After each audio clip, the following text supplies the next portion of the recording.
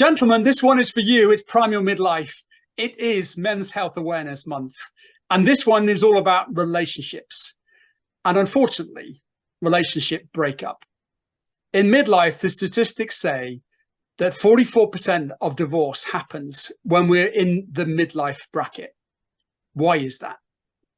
We're going to explore that today. We're going to talk about why it happens and, most importantly, how we can prevent it and not become one of the 44%. And to help me do that, I've got Simon Worth here with me today, who's a wellbeing coach and a particular master on relationship success. Simon, how are you today? Hi, Chris. Yeah, thank you very much for having me on. Really appreciate it. And yeah, great to be here and hopefully help in some way, shape or form. So help us understand, where are you on the kind of the midlife part of life? Would you say you're in it, out of it, or nowhere near? Fully in it, slap bang in the middle of it. I've just turned 50 this year, and so I would absolutely say yes, I'm right in the middle of my midlife, and so can well understand and have been through a lot of these challenges, you know. So I was separated and divorced at 40. My early 40s, and so I can well understand, you know, the challenges that sort of face us in that sort of part of our life, in our midlife. And would you say society stigmatizes us with the word crisis for midlife, or is that something that you believe to be true, in that midlife is a crisis point? Yeah, I think there's kind of two sides to that. So I think there's the aspect from society in general, there where we're constantly being told that, you know, that association between the words midlife and crisis, we almost expect to go into our 40s and 50s with some kind of problem, some kind of drama, some kind of challenge. And I think, you know, partly there's some of the reasons for that, perhaps maybe, you know, sort of following on from your statistics, is perhaps our midlife is typically at a point where, whether it's influenced by society or ourselves, we kind of take stock of where we are. You know, again, a lot of pressure from society saying, okay, you're 40 odd, you're in your 50s, you should have your mortgage paid off, you should have money in the bank, you should have your retirement all taken care of, money for the kids to go to university, kids to get married, all that kind of thing. And so there's a pressure to kind of live up to that expectation. But equally, for those of us that perhaps aren't in that situation, where perhaps we haven't got our mortgage paid off, we haven't got our pension sorted out, we don't have money in the bank to pay for weddings or kids to go off to university, that can sort of contribute to us feeling like a bit of a failure.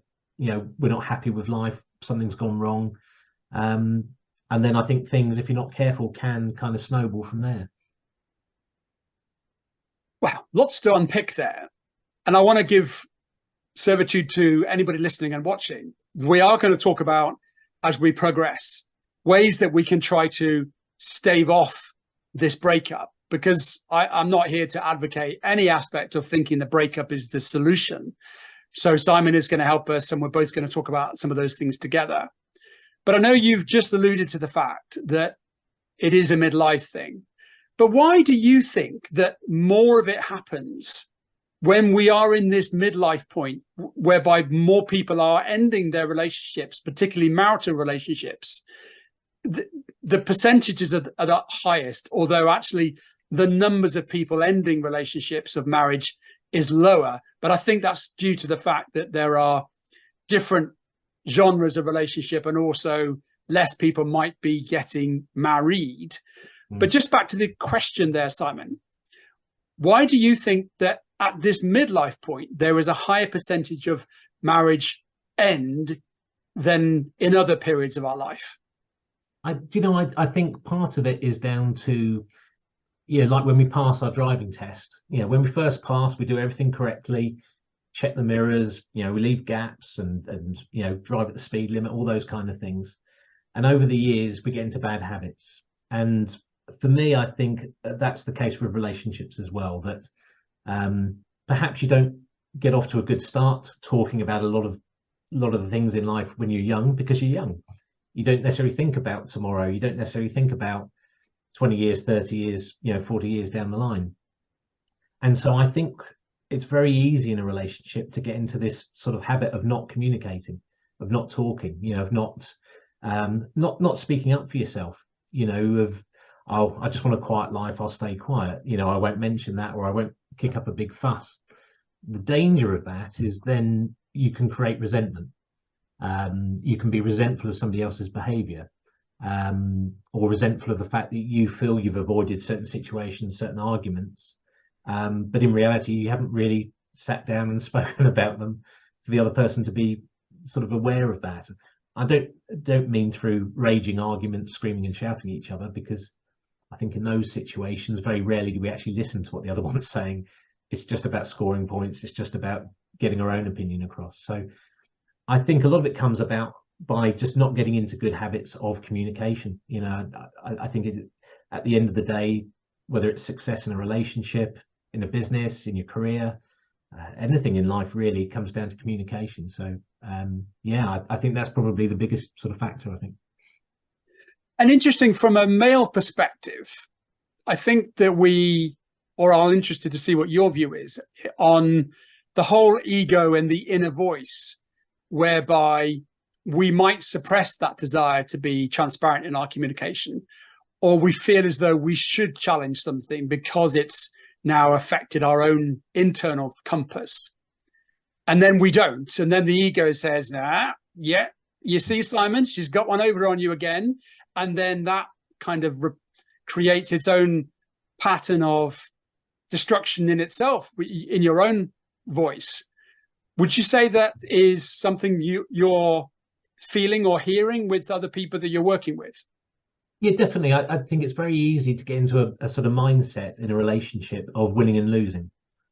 I need to feel like I'm winning, you know, and it can over time then develop into a kind of almost like a them and us kind of mentality. And so I think for me, it's trying to change that mindset away from it's me getting one over on her or it's her getting one over on me to how can we both win? You know, what's a win for both of us here? And I mean, as you know yourself, most things in life are a compromise. You know, very little is sort of black and white. Most of it's pretty grey, and generally speaking, you have to compromise somewhere down the line. So again, it comes back to that communication. Look, this is really important to me. How can that need be met? But also understand that you have needs around this as well. How can those needs be met? But also bringing that kind of aspect of team to it, that we're in a relationship. So we're a team now, you know, obviously we're still individuals within that team. But how, as a team, can we approach these challenges that we're going to have in life? You know, whether it's financial, you know, problems with children, problems in the relationship. How do we approach that as a team? You know, so that we feel like we're winning as a team. And in terms of intergenerational aspects of that team, I'm thinking of my grandfather, and maybe you're thinking of the same. And I don't know whether or not the modern man has caught up to the way that they operate now, in that the female has leveled up, and in society they have a lot, completely correctly so, a higher status, a higher economic ability, an easier ability to work. But are we as individual men, perhaps in midlife, looking back to our grandfathers, and we haven't quite caught up yet to this is the way he operated, and I'm trying to live in his shoes, but actually these shoes are no fit purpose for the way that I should be operating my life? Yeah, do you know, I think that's a really good way of putting it, actually, because I think we are kind of in that no man's land between the previous generation, where society had determined how relationships work to a degree.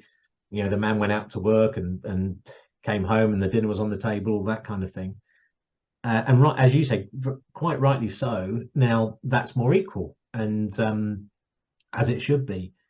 And I think we're at that generation where we're still not quite sure where we fit in. You know, I think the younger generation, you know, my sons are both sort of 20, 21 now, and they're much more comfortable with how the world is now. And I think for some of us at our age, we're still struggling to, where do we fit in? I feel like I should be providing. I feel like I should be behaving a certain way. I should be taking these stresses away.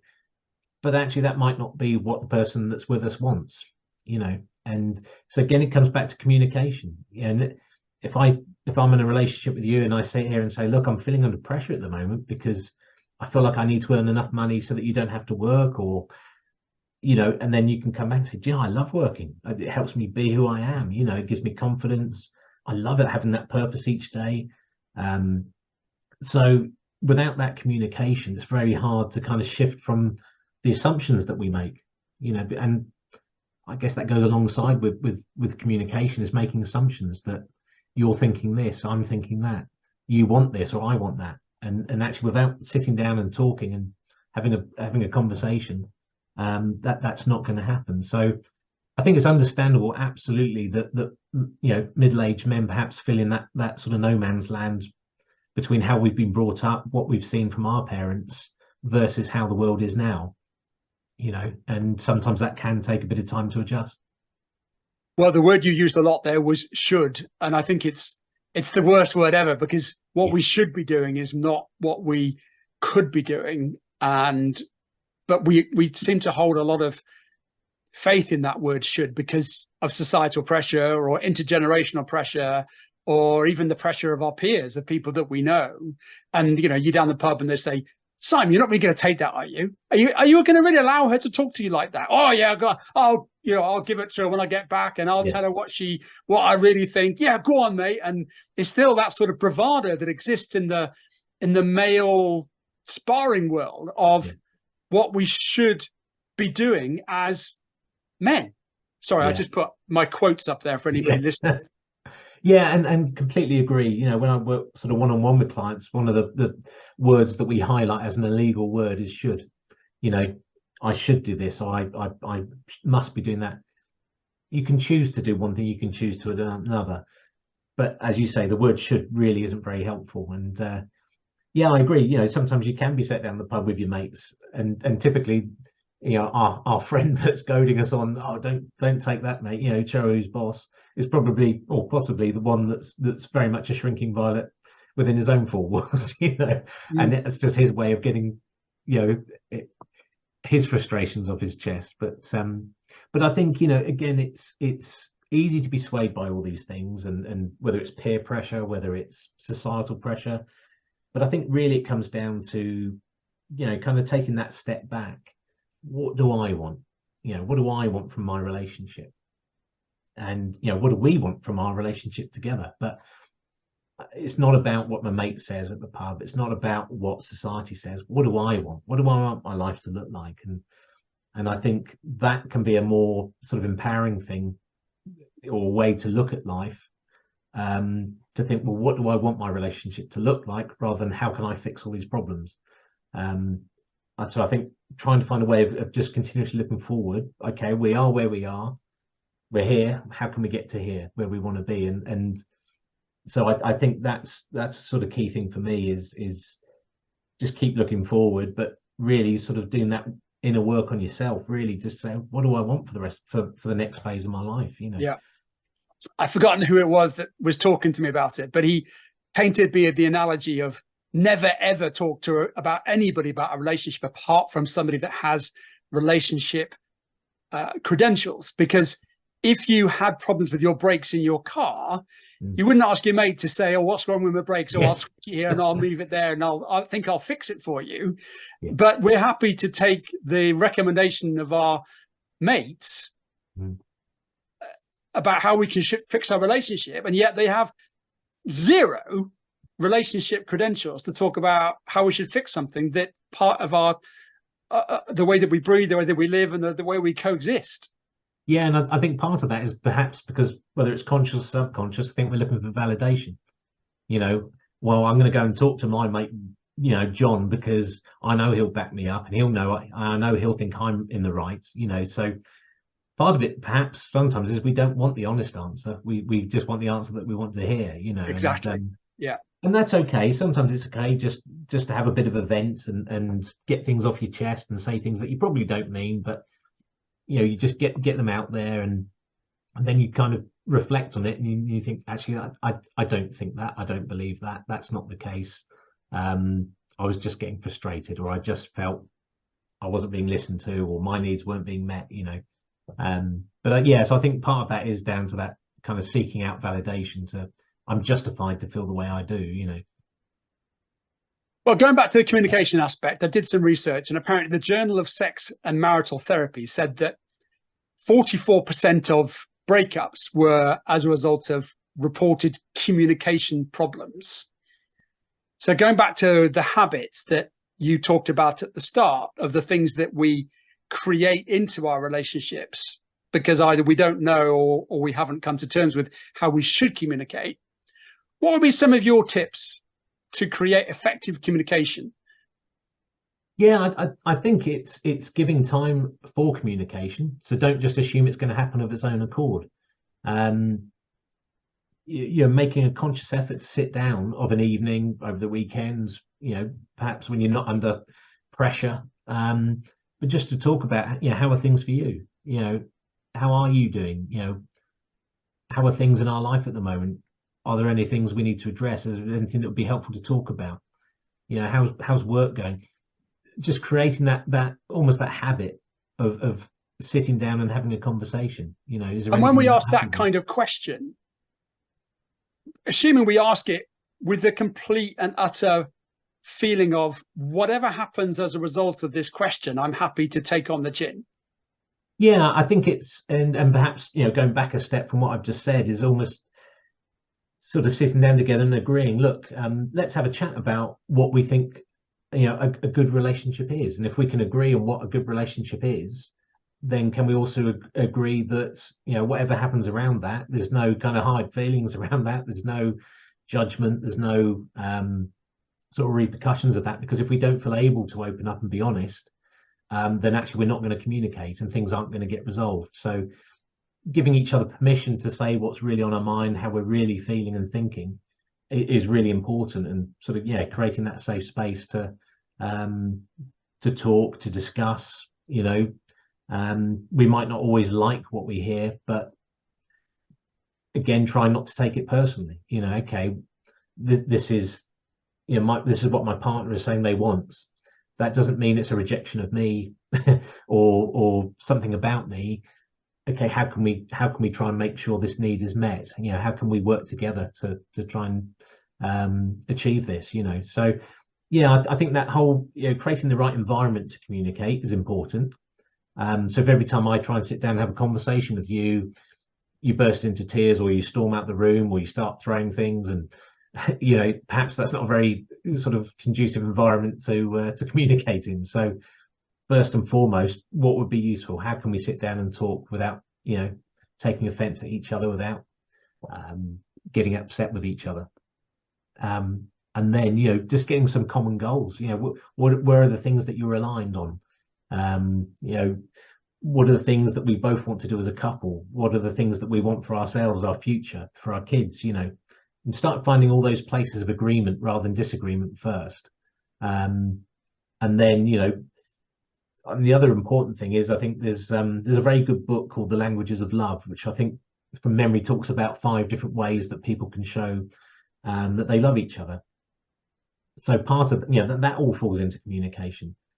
So if me feeling loved means somebody constantly reassuring me, maybe physical contact, physical touch, maybe for somebody else it's buying gifts, it's doing some chores for them or something like that. You know, we all interpret love in a different way, and so I think helping each other to understand what we need from a relationship, what we need to feel loved and supported, is you know, can also be really helpful.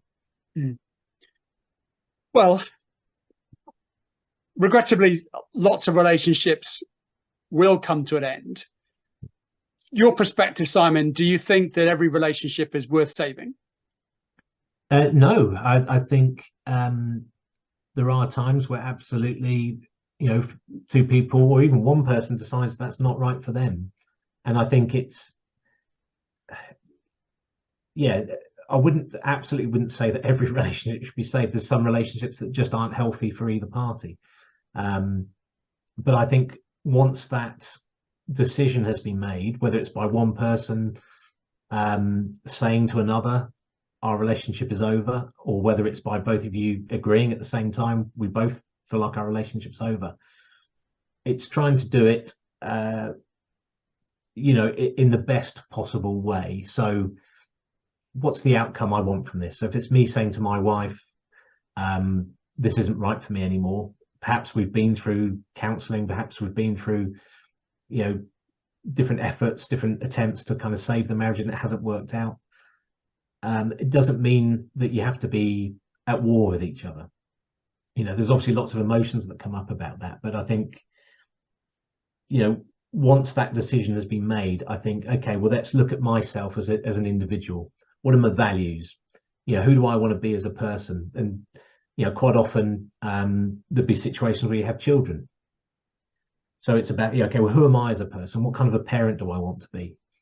So in every interaction going through this breakup, whether whether you're trying to save the marriage or whether you've accepted it's over, it's okay, well, in every interaction, how can I make sure I'm behaving in line with my values? I'm being that person that I want to be, and I'm setting the example for my kids that I want to set, rather than sort of falling into that trap of all of a sudden it's conflict.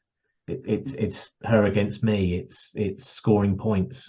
Yeah, I think that's a key thing for me, is trying to get clear. You know, once you've decided one course of an action or another, what's the outcome that you actually want from this? And I think most of us would say, if sadly we are going through a divorce, relationship breakup, we want this to be as painless as possible for each other, for the kids. You know, and so what can we do to try and make sure that happens? And that's difficult. That's difficult, particularly where one person perhaps wanted the relationship to continue. There can be a lot of sort of anger, upset, sort of bitterness, and that can be hard to manage. I love that aspect of, you know, what kind of person am I going to be? What values have I got that I'm going to bring to this?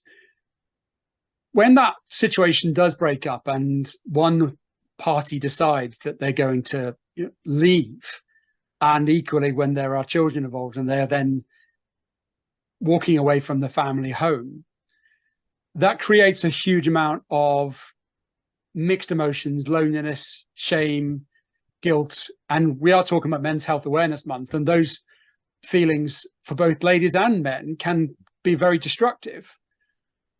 How can you offer some assistance to somebody that might just be in that place now? They have decided that this is it, I'm going to walk away, and I'm now sitting in my flat on my own, and I've got nobody but myself to talk to. What kind of reassurance or help can you give that person, or that person that's still in that place, that they're just feeling lonely, shameful, and guilty? Yeah, and I think the first thing to say is that however things might seem and however bad things might feel, things can always get better. You know, and I say that as somebody that went through a divorce, got to a point that was very, very low, did have, you know, thoughts about whether I wanted to carry on in life or not. And as you know, we've talked before about rationalizing that as a decision. But so you know, it can get very dark, it can get very lonely, and we can turn on ourselves, beat ourselves up, feel guilty, as you say. But I think, you know, as I say, the first thing to mention is that it is that reassurance that things can get better, things can always get better, and there's various ways you can help that to happen. So looking after yourself, you know, it almost is the first thing that goes by the wayside, but making sure you're still getting out, even if it's just going for walks, getting fresh air, you know, getting out into the fresh air and the sunlight when we have sun, that can be really helpful. You know, eating well, because again, that can be one of the first things that goes. You know, you start ordering takeaways, you start eating out of a tin can, you know. So look after yourself, because you can't be the dad that you want to be if you are not looking after yourself. You know, as the saying goes on the planes, you know, you put your mask on first before you help other people. So creating that situation where you're as strong as you possibly can be, yeah, accepting you're going to have good days and bad days.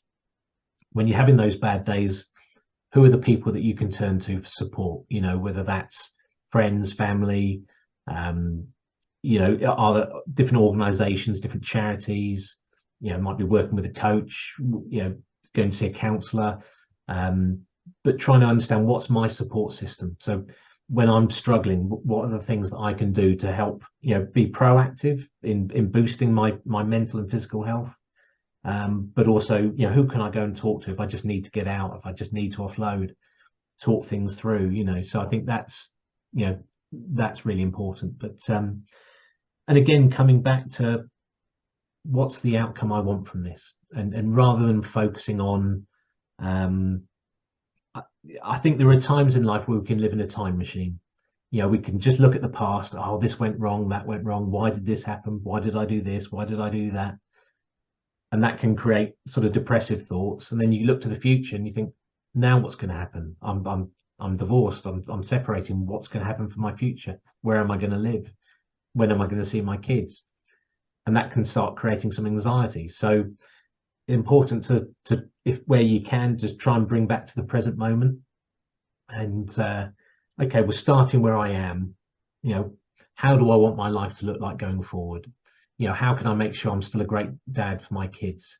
And again, goes back to that kind of values piece as well.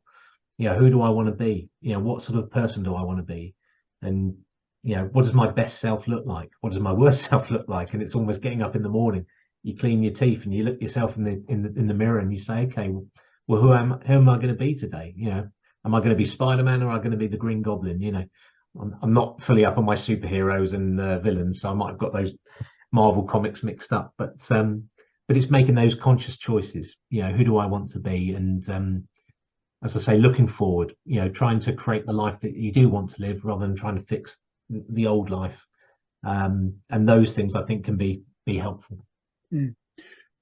Well, the thing is that it's a huge amount of change, and it all comes in one movement, that you literally walk away and you've just detached yourself from every routine that you've got, the way you get up, the way that you have your breakfast, the way that you interact, the children, the human beings that you're with. And it's natural that no part of the human body and the brain likes change. And it's just about honoring the place that you're in, which is hugely, it's just massive amount of change, and just holding yourself to account on that this is something that just needs to be taken at a step at a time. And going back to previous times of change, well, I got through that, and I just need to apply the same amount of mindset to this change. Yeah, and I think something you mentioned there was routine, and I think that's something that can be really helpful. Is, as you say, we move away from our old routine that we might have had for 5 years, 10 years, or even 20 years or longer. It's important to try and create a new routine, and to minimize those kind of sort of spaces where you've got nothing to do, no one to talk to, so creating a routine, absolutely is helpful. And yeah, I think it's giving yourself that permission, that this is a massive change. It really is a massive change, and that's okay. So it's okay to feel sad, it's okay to feel upset, it's okay to miss your kids. It doesn't mean you're a bad person. If you were the one that instigated things, in terms of understanding that the relationship wasn't going to go any further, that doesn't make you a bad person. That doesn't mean you've done something wrong.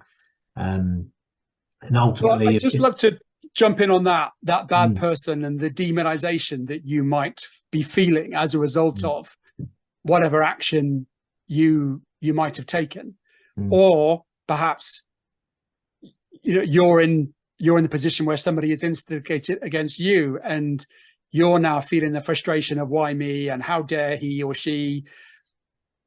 What are your advice points for not jumping into that sparring aspect of two people who have now exited a relationship, and now start allowing the ego enter into the room, where it's not just two people, but it's almost four people fighting against each other, and the two people are fighting amongst themselves with their own ego and their own self? Yeah, I think for me it was really trying to not see it as a battle, try not to see my ex-wife as the enemy. And obviously some days that's easier than others, but it was things like understanding, I don't have to react to what somebody says to me.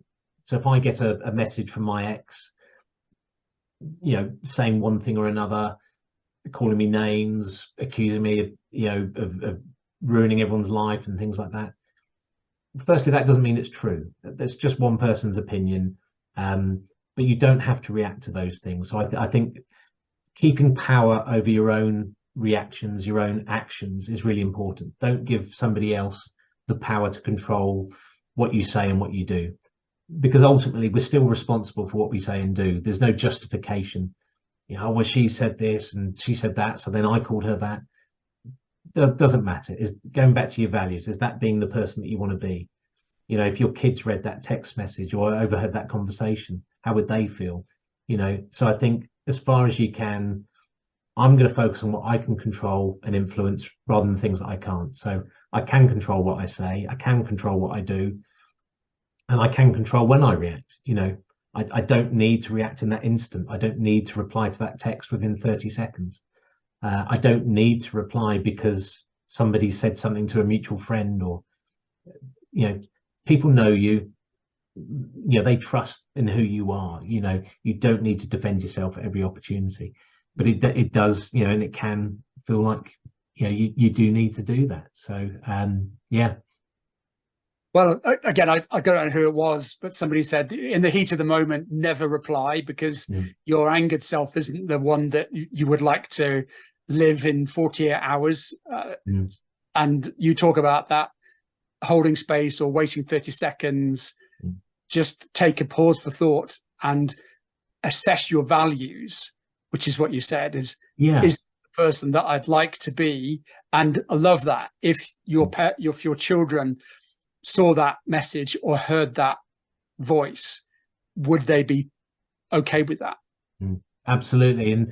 And that's a really powerful guiding light, for me, but also accepting that sometimes you'll get it wrong. Sometimes you will react. Sometimes the kids might hear you say something or read something, and actually it's trying to see that then as an opportunity. Okay, well, I can sit down with my kids and say, look, do you know what? I'm going to hold my hands up here. I didn't behave in a way that I'm proud of, and I'm sorry that you saw that. I'm sorry that you because then what you're teaching them is how to behave, how to react. When they're in a situation at some point in their life, they'll think back to that. They'll see the example that you've set. So it's okay to make mistakes, but it's also good to kind of put your hands up and acknowledge that, and then that's setting a good example for your kids. So. None of these things are easy, and I think we just, it's part of it is accepting this is a really difficult situation that really isn't easy, and people, it's easy to make mistakes, but again, come back to your values. Who am I? What's important to me?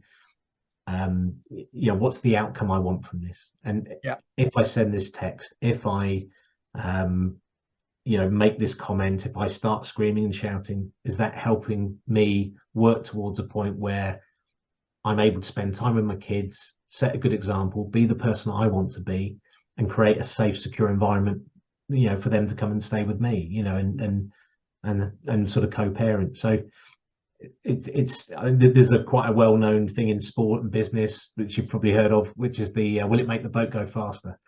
And I think that's actually really useful. If I take this action, if I make this choice, is it going to make the boat go faster? Is it going to help me get to the outcome that I want, as a parent? And I think it's almost putting that, almost don't have the luxury of being an individual in that and just screaming and shouting and kicking and screaming. It's I'm a dad here. I want to set a good example. These are my values. This is the person I'm going to try and be in every situation. And this is the kind of dad that I want to be. And I think if we keep bringing it back to that, that can be really helpful. And I think just to sort of, I guess, follow up from that, if somebody tries to get a reaction from us by something that they say or do, or a text message they send, and we do react to that, what we're saying to them is, I'm giving you what you want. So what that encourages them to do is to carry on behaving in that way.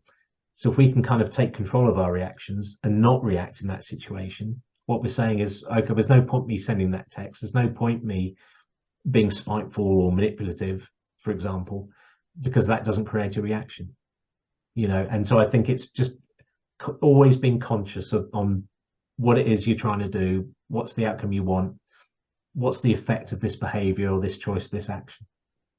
So yeah, hopefully that's helpful. No, I like it a lot. And it's that the reason you left was because of exactly this situation. And in order for you to find the new Simon or the new Sophie or whoever you might be, you need to change yourself. And changing yourself is the way that you react. Yeah, absolutely. As the saying goes, your life won't change unless you do. So, and that's difficult because if you've been doing things a certain way for 5, 10, 20, 25 years, it's hard to change. But I think the first sort of step to changing is awareness, being aware of those thoughts, being aware of your actions, and being aware of the person that you want to be. So much in life we just do from repetition, bad habit, and sort of breaking that cycle to okay, who do I want to be going forward? What's the outcome that I want from this? And I think that can really help as I said before, that sort of guiding light, really. Well, there's that ego and sort of the chimp paradox. There is in all of us the chimp that sits on our shoulder that wants to win the fight, and the reaction comes in. It goes to the central processor and says, "How does Simon normally react? Fight." And then the chimp goes, "Yeah, go on, Simon, fight." And of course, before you know it, you're in a fight, and the two gorillas are in the ring having a right old silver-backed gorilla fight. But the end outcome is not going to be any good for anybody. No, and mates, when you're going into that situation again, you've left, and you're saying he's done this, she's done this. Are your mates the right people to be telling you what to do next? Well, yeah, and that very much depends on your mates, because some of them can just say what they think you want to hear, So I think it's but I think going back to what you're saying there about the kind of chimp paradox, I think it's okay to have any of these thoughts. It's okay to think, oh, I just want to say this and I want to do that, and I want to take a baseball bat to the car. It's okay to think that. It's just if you do that, then that generally isn't very helpful, and it can come with consequences. So it's understanding it's okay to have that thought, but actually, is that going to be helpful? What's actually going to be the most helpful course of action from here? So, and as you say, I think sometimes it can really help to talk to somebody that isn't emotionally invested in the same way that you are. If I go and talk to somebody, whether it's a coach, a counselor, then they're not invested in the same way that I am. So they can take that step back, see things slightly more objectively, ask you questions, guide you, try and keep you back on track of okay, what are you trying to get out of this? What's the outcome you want from this divorce, this relationship breakup? Would you rather have a scenario where you're at loggerheads, you're fighting, you're screaming and shouting? Would you rather be calm and relaxed? That obviously takes two to tango, and you can't control what the other person says and does, but I think just trying to take that conscious sort of choice of how you behave, I think is really important. Question here for you, and might take you a while to answer this one. With all the advent of AI and the statistics rising of breakup, as a well-being coach, are you optimistic or pessimistic about the future of relationships? I'm very optimistic. I think part of that it comes down to that word communication again. So it's people perhaps that work in these sorts of scenarios, these sorts of situations. How can we communicate to people, before this becomes a problem? Try and get these habits in place. Try and get the communication thing is a key one. We can encourage people to communicate from when they're teenagers, in their 20s and their 30s, and carry that on throughout a relationship and throughout their life. That's something that's going to help them enormously. And and that helps you whether we're talking about a relationship with your partner, with your boss at work, with your friends, with your kids, trying to understand each other, question each other rather than tell, all those sorts of things. And so I'd say I'm very optimistic, because I think it's about communication. It's about communicating. It's about communication. And for that, what can I do to help that? I can do more than I'm doing. I could do more social media posts on it. I could do some videos on it, podcasts. So, and hopefully today goes some way to help with that. But now I'd say I feel very optimistic. Very good. Well, that's a relief. Well, it's easy, isn't it, to get into this doom and gloom? You know, if you spend too much time watching the news, reading social media, you can think that the world's about to end, and you know everything's a disaster, and what's the point in any of it? Um, and that's just not reality. You know, it's not reality. And yeah, bad news sells papers and gets views on websites and you know all that kind of thing. But no, I think it's important to be optimistic. Yeah. Well, it's coming up to that season when Love Actually will hit the screens. And I just say to anybody, if you want to see if relationships should be optimistic, just go to the arrival centre of Heathrow International and look at the people that hug who haven't seen each other for a while. And then you know that there is love in the all around us. Yeah. Oh, I love that. Yeah, that's brilliant. Really good. Is there anything that you would have liked to have talked about so far, Simon, that I've not allowed you to be passionate about? No, I don't think so. I think, you know, my passions really are about helping people, and that is a mix of, you know, unlocking potential, whether that's potential in their career, their relationship, but ultimately just in their life, so they can live happy, fulfilling lives. And I think, you know, it's always about, okay, well, what can I do to take responsibility for this, you know, as an individual? So yeah, I'm really passionate about helping anybody to make changes in their life, because sometimes it's really hard to see the way forward. You know, we don't know what that first step is or what that next step is, and we can be so focused perhaps on the outcome that we don't see what the processes are to take us there. So I think I'm very grateful for the opportunity to hopefully get my passion across for, you know, for helping people create a next chapter, and or to manage very difficult situations. Well, I'm going to ask you in a minute to talk about your sort of three fundamentals. But before we do that, I'm going to put you on the spot a little bit. Could you help tell us a nice story about transformation from somebody that was literally in the relationship abyss? It was toxic, it was combative, and now it's a land of positivity and harmony. Even if yourself, if you want to talk about that.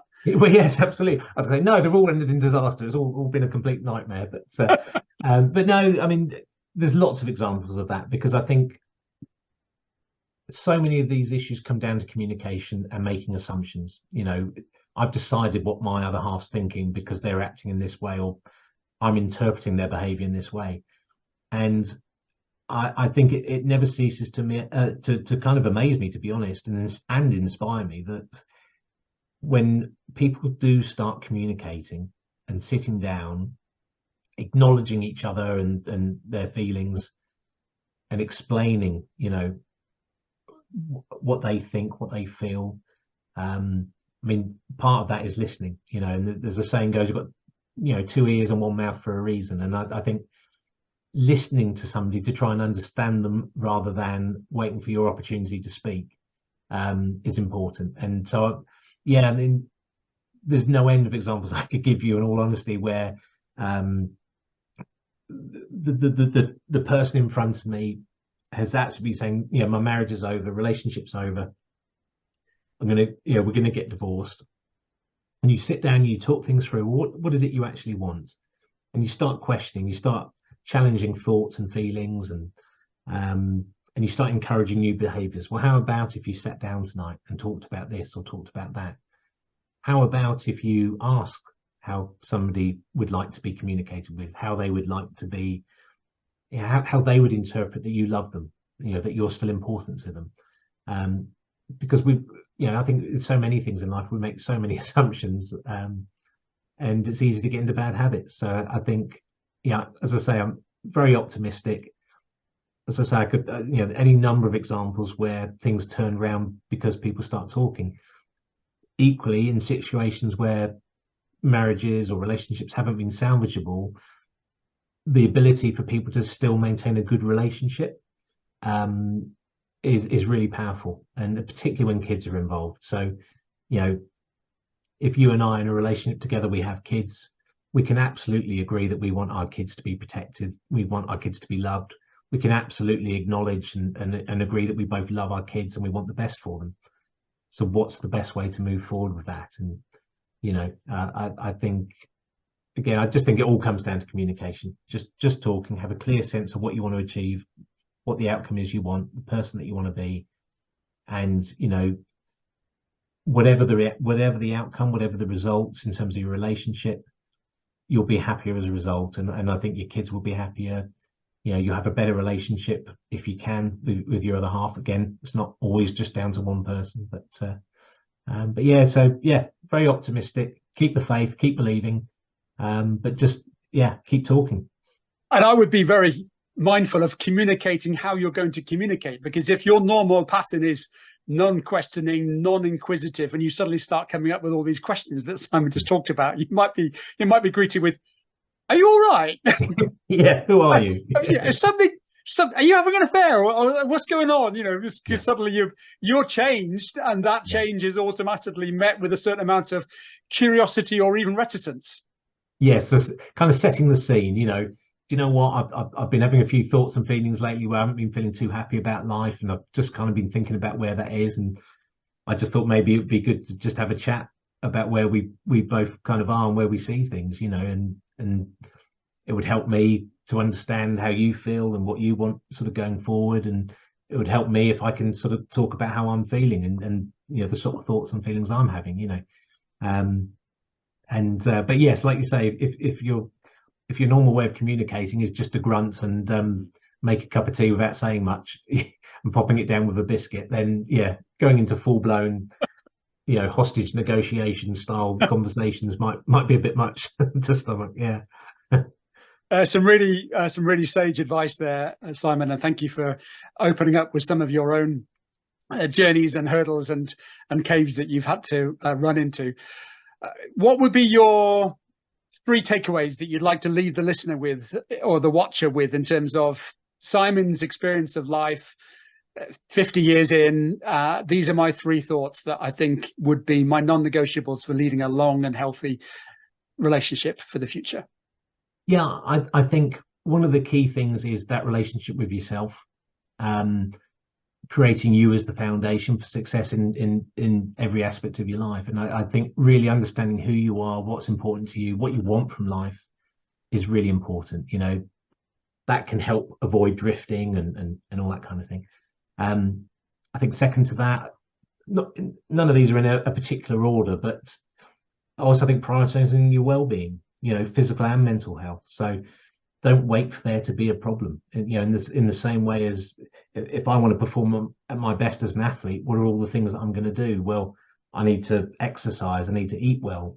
I need to talk to somebody perhaps about the things that are stressing me out. I need to understand what are the things that I can do that help me relieve stress. You know, whether that's playing football on a Wednesday night, whether that's going playing rugby on a Sunday, you know, running marathons like some nutcases do, I could mention. Going to judo, you know, whatever it may be. But I think finding some outlet for your stress, for the pressure, but really the whole point of that is around just prioritizing your well-being, because you can't be, you know, your best self, a great dad, a great partner, a great boss at work, a great employee, a great friend, if you're not looking after yourself. You know, it's very hard to do. So get yourself in a good position, and then you're in a place where you can help, you know, other people. And the other thing I've got really down is about being conscious. You know, putting thought into where your thoughts are. You know, not living in the past, not living in the future, but you know, being in that present. So just being conscious about your thoughts, what you're giving time to, you know, where you want your life to go. So I think that really is, you know, hopefully those 3 things are helpful for people. Very much. And the bit that I'm kind of thinking of that is that you were yourself before this relationship ever happened. And when you get triggered by the fact that you've compromised yourself, the person that allowed to happen is you, not the person that you're with. And if you get animosity about the fact that you're no longer the person you were, well, whose fault really is that? Is it the fault of you, or is it the fault of the person you're now with? Because she or he probably didn't mandate that if you're going to be married to me, this is how I expect you, because she came or he came to love you because of the person that you were when you were yourself. Yeah. One of the things there, I think, is trying to move away from words like fault and blame. You know, where can I take responsibility? You know, so am I responsible for contributing to the situation that I'm in now, where I don't feel like I'm the person that I want to be, or living the life I want to live, or feel like I've had to change. So I think first and foremost is, what have I done to sort of contribute to that? Yeah. Well, like I said, I really enjoyed the conversation today. It's such an important fundamental of my 5, and all the studies in the world talk about healthy relationships are the key to longevity and also a healthy long life, because without good relationships, we're not really the humans that we were designed to be. So thank you very much. No, thank you. I really appreciate you having me on. You can find Simon Worth Talking. You'll find him on LinkedIn, and I'll share all the show notes in here. And I'm sure that by the sounds of things, he's going to be social media posting and podcasting a lot more in the future. Absolutely. Nice to see you, Simon. Thank you so much for your help. Thanks, Chris.